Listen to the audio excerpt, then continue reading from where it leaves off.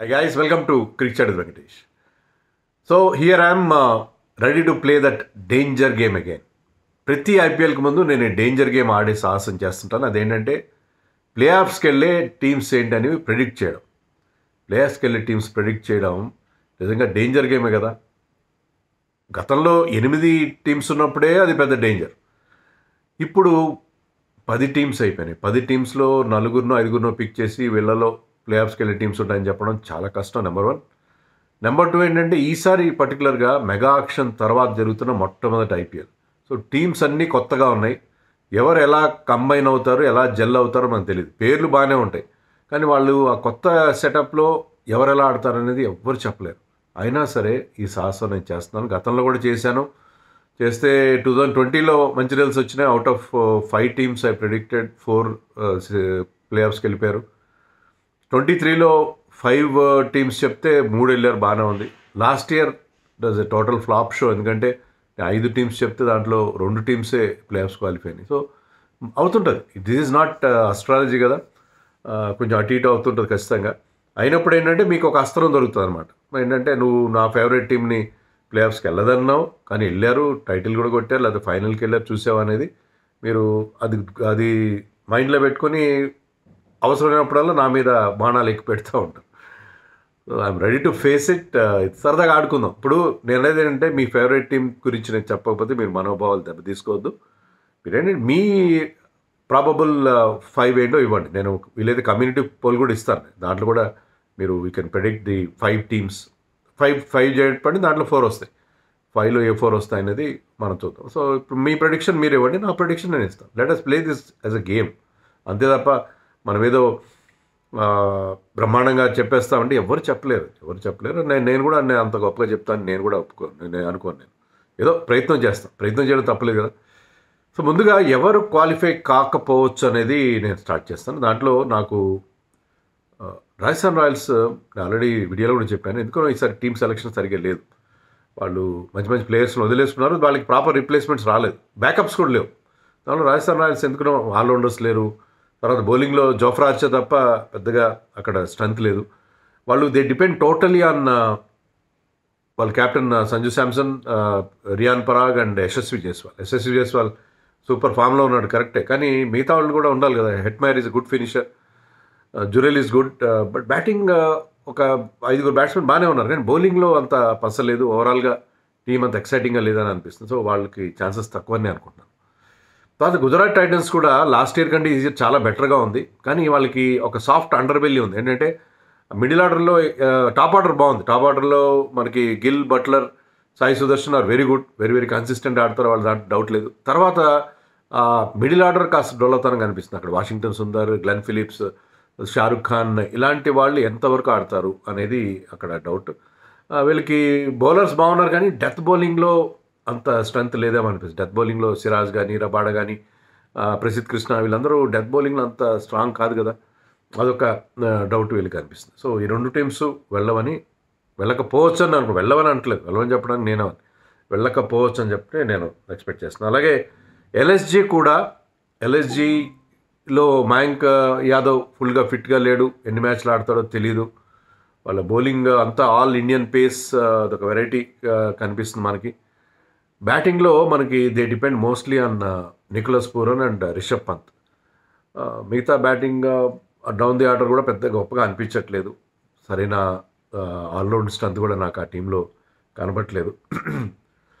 So lower middle ఆర్డర్లో మరి ఎంతవరకు అబ్దుల్ సమాద్ లాంటి వాళ్ళు, ఆయుష్ బదోని ఎంతవరకు అంది వస్తారు అనేది కొంచెం డౌట్గా నాకు కనిపిస్తుంది. సో ఎల్ఎస్జీ కూడా అంత స్ట్రాంగ్గా అవి నాకు కనిపించట్లేదు. తర్వాత the defending champion KKR last time almost వాళ్ళ కోర్ టీంని తెచ్చుకున్నారు. వాళ్ళకి 2 uncapped players Ramandeep and Harshit Rana ఉండడం వాళ్ళకి కలిసి వచ్చింది.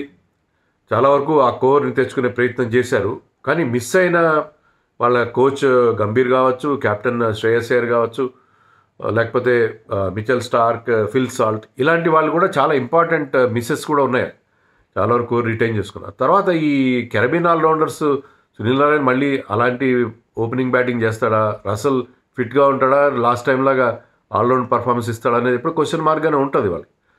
తర్వాత ఆ రహానే పర్సనల్ ఫామ్ ఎలా ఉంటుంది, కెప్టెన్గా అతనికి తిరుగులేదు. పేస్ బౌలింగ్లో కూడా పెద్ద స్ట్రెంత్ నాకు కనపడలేదు. క్వింటన్ డికాక్ లాంటి వాళ్ళు ఎంతవరకు షైన్ అవుతారు. వరుణ్ చక్రవర్తి ఇది big plus for them. But otherwise ఇదంతా కూడా క్యారిబియన్ ఆల్రౌండర్స్ మీద, రహానే పర్సనల్ ఫామ్ మీద, ఇవన్నిటి మీద డిపెండ్ అవుతుంది. అదే కొత్త face attack like Spencer Johnson లాంటి వాళ్ళు ఎంతవరకు క్లిక్ అవుతారు అనేది కేకేఆర్. సో కేకేఆర్ కూడా నేను అనుకోవట్లేదు ఈసారి వెళ్తారేమో, వెళ్ళొచ్చు చెప్పలేము, బట్ కొంచెం డౌట్గా నాకు అనిపిస్తుంది. తర్వాత ఢిల్లీ క్యాపిటల్స్ ఫస్ట్ చాయిస్ 11 బాగుంది, నో డౌట్. దాంట్లో రాహుల్, అక్షర్ లాంటి సాలిడ్ ప్లేయర్స్ ఉన్నారు. But JF Fraser McGurk last time బాగా బట్టి వాళ్ళు ప్లే ఆఫ్స్కి కాస్త దగ్గరగానే వచ్చారు. 6th ప్లేస్ ఎంత వచ్చింది లాస్ట్ టైం వాళ్ళు. జేఎఫ్ఎం ఎంతవరకు ఆడతాడు తెలీదు. స్టార్క్ ఎంత ఫిట్గా ఉంటాడు, ఎంత బాగా ఆడతాడు. ఎందుకంటే లాస్ట్ టైం కేకేఆర్ కూడా అతను గ్రూప్ స్టేజ్లో పెద్ద బాగా పర్ఫామ్ చేయలేదు. బట్ నాకౌట్లో ఎప్పటిలాగే లైక్ ది టిపికల్ ఆసి నాకౌట్లో he was their star performer. So వాళ్ళకి మరి చూడాలి. కేకేఆర్కి ఉన్న డీసీకి ఉన్న పెద్ద ప్లస్ అంటే spin Axar Patel and Kuldeep Yadav. But బౌలింగ్లో కూడా గతంలో ఉన్నంత పస లేనట్టుగా ఏమో అని అనిపిస్తుంది నాకు. చూడాలి. డీసీ కూడా అంత ఎక్సైటింగ్గా నాకు కనిపించట్లేదు. సో ఇంకా 5 టీమ్స్ నేను చెప్పేశాను వాళ్ళు వెళ్ళకపోవచ్చని. మిగతా 5 టీమ్స్ వెళ్ళే అవకాశాలు ఉంటాయని చెప్తాను. దాంట్లో ముందుగా నేను పంజాబ్ కింగ్స్ని ఈసారి ఎందుకో పంజాబ్ కింగ్స్ శ్రేయస్ అయ్యర్ క్యాప్టెన్సీలో రికీ పాంటింగ్ కోచ్గా వాళ్ళకి గతంలో కూడా టీం బాగుండేది. టీం చూడడానికి ఆన్ పేపర్ బాగుండేది, పర్ఫామ్ చేసేవారు కాదు. కానీ ఈ కొత్త డిస్పెన్సేషన్, కొత్త లీడర్షిప్లో వీళ్ళు బాగా పర్ఫామ్ చేస్తారేమో నాకు కొద్దిగా ఏదో గట్ ఫీలింగ్ కలుగుతుంది. ఎందుకంటే అంతే డిపెండ్స్ ఆన్ ఆస్ట్రేలియన్ ప్లేయర్స్ ఉన్నారు కదా, జాష్ ఇంగ్లిష్, మ్యాక్స్వెల్, స్టాయినస్ ఎలా ఆడతారు అనేది అది చూడాలి. బౌలింగ్లో ఇద్దరే గన్ బౌలర్స్ ఉన్నారు వాళ్ళకి, చహల్ అండ్ హర్షదీప్ సింగ్. చూడాలి. బట్ ఆల్రౌండర్స్ ఉన్నారు, మంచి మంచి ఆల్రౌండర్స్ లైక్ అజ్మతుల్లా, అమర్జాయ్ లాంటి వాళ్ళు. అంటే వాళ్ళు చాలామంది బ్యాకప్స్ వాళ్ళు మార్చుకోవచ్చు. ఒక 11 సెట్ కాబట్టి ఇంకా మార్చుకోవచ్చు. తర్వాత వాళ్ళ దగ్గర ఎక్సైటింగ్ యంగ్స్టర్స్ ఉన్నారు లైక్ ప్రియాంష్ ఆర్య, సూర్యాంష్ షడ్గే అండ్ ముషీర్ ఖాన్, ఇలాంటి మంచి యంగ్స్టర్స్ ఉన్నారు. కాబట్టి ఐ థింక్ ఈ టీమ్ డెఫినెట్గా కాదు ప్లే ఆఫ్స్కి వెళ్ళడానికి ఈసారి, అంటే చాలా కాలం తర్వాత ప్లే ఆఫ్స్కి వెళ్ళే అంటే వాళ్ళు నథింగ్ టు లూజ్. ఎందుకంటే ప్లే ఆఫ్స్కి వెళ్ళట్లేదు, ఈసారి ఒక ప్రయత్నం చేద్దామని వెళ్తారేమో నాకు ఎందుకు ఒక గట్ ఫీలింగ్ కలుగుతుంది. I don't know whether that will materialise or not, ఆ ఫీలింగ్ అయితే కలుగుతుంది. తర్వాత ఆర్సీబీ అనుకున్నంత స్ట్రాంగ్గా ఏం లేదు. అంటే వాళ్ళ దగ్గర బోల్డ్ డబ్బులు ఉన్నా సరే బ్రహ్మాండంగా ఆక్షన్లో పర్ఫామ్ చేశారు నాన్నను. బట్ వాళ్ళకు ఉన్న అడ్వాంటేజ్ ఏంటంటే చాలామంది బిగ్ హీటర్స్ని తీసుకున్నారు. Like Salt, Liam Livingstone, Tim David లాంటి వాళ్ళు. తర్వాత ఇండియా నుంచి Rajat Patidar, Jitesh Sharma, Krunal Pandya, they are taken all of them can tonk the ball. చిన్న గ్రౌండ్లో బ్యాటింగ్ ఫ్రెండ్లీ కండిషన్స్లో దానికి కావాల్సిన టీం తీసుకున్నారు. వాళ్ళ దగ్గర సాలిడిటీ, అంటే విరాట్ కోహ్లీ ఇప్పుడున్న ఫామ్ తర్వాత అతను సాలిడ్గా ఆడతాడు ఒక ఎండ్లో. మిగతా వాళ్ళు క్యామియో కాంట్రిబ్యూషన్స్ ఇస్తే మీకు చెప్పుకోదగ్గ స్కోర్ వచ్చేస్తుంది, ఆటోమేటిక్గా వచ్చేస్తుంది. సో ఆ రకమైన ఒక థింకింగ్తో వాళ్ళు వెళ్ళారు. అంతా బాగుంది. పేస్ బౌలింగ్లో Bhuvi, Rasikh, Salam, Yash Dayal, Hazlewood pace bowling బాగుంది ఇప్పుడు. ప్లస్ స్పిన్లోనే వాళ్ళకి సరైన ఫ్రంట్ లైన్ స్పిన్నర్స్ లేకపోతే సుయాష్ శర్మ లాంటి వాళ్ళు ఎంతవరకు అంత వస్తుందో తెలీదు. బట్ ఏంటంటే Virat Kohli last year 750 runs చేశాడు. ఈసారి అంత కాకపోయినా ఒక 500, 650 చేసినా సరే వీళ్ళు మిగతా వాళ్ళు అందరూ ఈ బిగ్ హీటర్స్ స్మాల్ కంట్రిబ్యూషన్స్తో వాళ్ళు మంచి స్కోర్లు తెచ్చుకునే అవకాశం ఉంటుంది అని ఎక్స్పెక్ట్ చేస్తున్నాను. So RCB might qualify. ఎందుకంటే వాళ్ళకి ఆ బిగ్ హీటర్స్లో ఉన్న 5-6 మందిలో ఒక 2-3 క్లిక్ అయినా విరాట్ కోహ్లీ లాంటి వాళ్ళు, దేవదత్ పడిక్కల్ లాంటి వాళ్ళు సాలిడిటీ ఇవ్వగలిగితే they will get some big scores అని నా expectation. So RCB, Punjab Kings చెప్పాను. తర్వాత ఎస్ఆర్హెచ్ చాలా ఎక్సైటింగ్గా ఉంది. లాస్ట్ టైం లైక్ ఎక్సైటింగ్గా ఉంది. వాళ్ళకి 4 బిగ్ హీటర్స్తో పాటు 5th డైమెన్షన్ కూడా యాడ్ చేస్తున్నారు. Ishan Kishan group matches inter squad మ్యాచెస్లో కూడా బ్రహ్మాండంగా పర్ఫామ్ చేశాడు.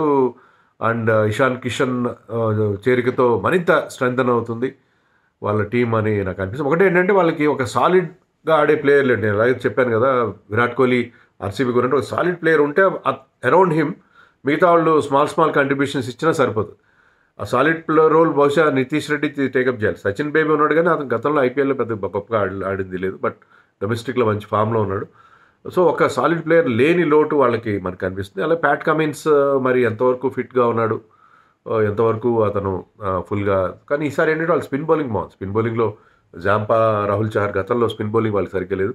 అలాగే మహమ్మద్ షమి చేరికి కూడా మహమ్మద్ షమి, ఎందుకంటే మీరు 2 years బ్యాక్ అతను పర్పుల్ క్యాప్ గెలిచినప్పుడు జీటీకి 28 వికెట్స్ అనేది తీసాడు. దాంట్లో 17 wickets he got in the power plays. So power ప్లేలో బ్రేక్ త్రూస్ ఇవ్వగలడు. ఛాంపియన్స్ ట్రోఫీలో 1-2 ఇంపార్టెంట్ కాటన్ బౌల్ డ్రాప్ చేసే ట్రావిస్ హెడ్, రచిన్ రవీంద్ర లాంటివి. లేకపోతే ఎప్పుడు అతను స్టార్టింగ్లో మీకు ఎప్పుడు పవర్ ప్లేలో వికెట్స్ ఇవ్వగల బౌలర్ మహమ్మద్ షమి. సో ఈ టీం ఈసారి బౌలింగ్లో కూడా బెటర్గా కనిపిస్తుంది. ఎందుకంటే మహమ్మద్ షమి పవర్ ప్లేలో చూస్తే ప్యాట్ కమిన్స్, హర్షల్ పటేల్ లాంటి వాళ్ళు బ్యాక్ ఎండ్లో వికెట్స్ తీయగలుగుతారు, టైట్ చేయగలుగుతారు. So SRH looking very good this time again. ఇంకా సిఎస్కే వాళ్ళకి స్పిన్ బౌలింగ్ చాలా స్ట్రెంత్ చేస్తుంది. అశ్విన్ ఎప్పుడైతే హోమ్ కమింగ్ అయ్యాడో, నూర్ అహ్మద్ లాంటి ఒక wicket taker, Ashwin and Jadeja వాళ్ళు రన్స్ స్క్వీజ్ చేసేస్తారు అండ్ నూర్ అహ్మద్కి వికెట్లు సమర్పించుకుంటారు బ్యాట్స్మెన్. అది వాళ్ళ స్ట్రాటజీ. అది అశ్విన్ తెలుసు కదా ఎంత క్లవర్గా బౌలింగ్ చేస్తాడు, రన్స్ కట్టడి చేస్తాడు ఎలాంగ్ విత్ జడేజా. మరి మిడిల్ ఓవర్స్లో ఛాన్స్ తీసుకోవాలి కాబట్టి they try to take chance against spinner like Noor Ahmad. అక్కడ వికెట్లు ఇచ్చుకునే అవకాశం ఉంటుంది. అది అక్కడే కాదు, వేరే దగ్గర కూడా, చెన్నైలో కాకుండా వేరే దగ్గర కూడా సక్సెస్ ఇచ్చే అవకాశం ఉంటుంది. బ్యాటింగ్ కూడా రుతురాజ్, దూబే, కాన్వే, రచిన్ రవీంద్ర లాంటి స్ట్రాంగ్ ప్లేయర్స్ ఉన్నారు. కొంతమంది ఇండియన్ ప్లేయర్స్ కూడా యాడ్ అయ్యారు. సో వాళ్ళకి మంచి allrounders, Sam Curran and Ravindra Jadeja లాంటి ఆల్రౌండర్స్ ఉన్న టీం కూడా చాలా బ్యాలెన్స్డ్గా కనిపిస్తుంది. అండ్ ధోని ఆఫ్ కోర్స్ లాస్ట్లో వచ్చి ఆ బ్రహ్మాండమైన స్ట్రైక్ రేట్తో ఫినిషింగ్ టచ్ కూడా ఇస్తున్నాడు కదా. అండ్ అతని presence probably maybe could be the last time. The presence in the middle ఇది బిగ్ ప్లస్ ఫర్ దెమ్ అని అనుకుంటున్నాను. సో లాస్ట్ ఇయర్ మిస్ అయ్యారు వాళ్ళు, ఈసారి ప్లే ఆఫ్స్కి వెళ్తారని అనుకుంటున్నాను. అండ్ టాప్లో ఉంటారని కాదు, నా నెంబర్ 1 చాయిస్ అని కాదు, but Mumbai Indians is looking very good. Mumbai Indians last time కూడా బాగుంది, కానీ ఈసారి వాళ్ళ ఇష్యూస్ అన్ని సార్ట్ అవుట్ అయిపోయినట్టే నాకు అనిపిస్తుంది. ఎందుకంటే హార్దిక్ పాండ్యాకి, రోహిత్ శర్మకి, అలాగే హార్దిక్ పాండ్యాకి, సూర్యకుమార్కి, బుమ్రాకి అనే ఇష్యూస్ ఉంటే ఇప్పుడు ఏంటంటే they all combine together and won India trophies, ICC trophies గెలిచిపెట్టారు. సో ఇప్పుడు అందరూ కలిసి కంబైన్ అయ్యి ఈసారి ముంబై ఇండియన్స్ కోసం, ఎందుకంటే మంచి మంచి నేమ్స్ ఉన్నాయి, బిగ్ నేమ్స్ ఉండడంతో పాటు వాళ్ళ పర్ఫార్మర్స్ కూడా టాప్ క్లాస్ పర్ఫార్మర్స్ వాళ్ళు. లాస్ట్ టైం అది ఎందుకో ఆ కామన్ థ్రెడ్ అనేది లోపించింది. ఈసారి హార్దిక్ పాండ్యా కూడా ఈసారి క్రౌడ్ నుంచి ఎలాంటి నెగిటివ్ రియాక్షన్ రాదు.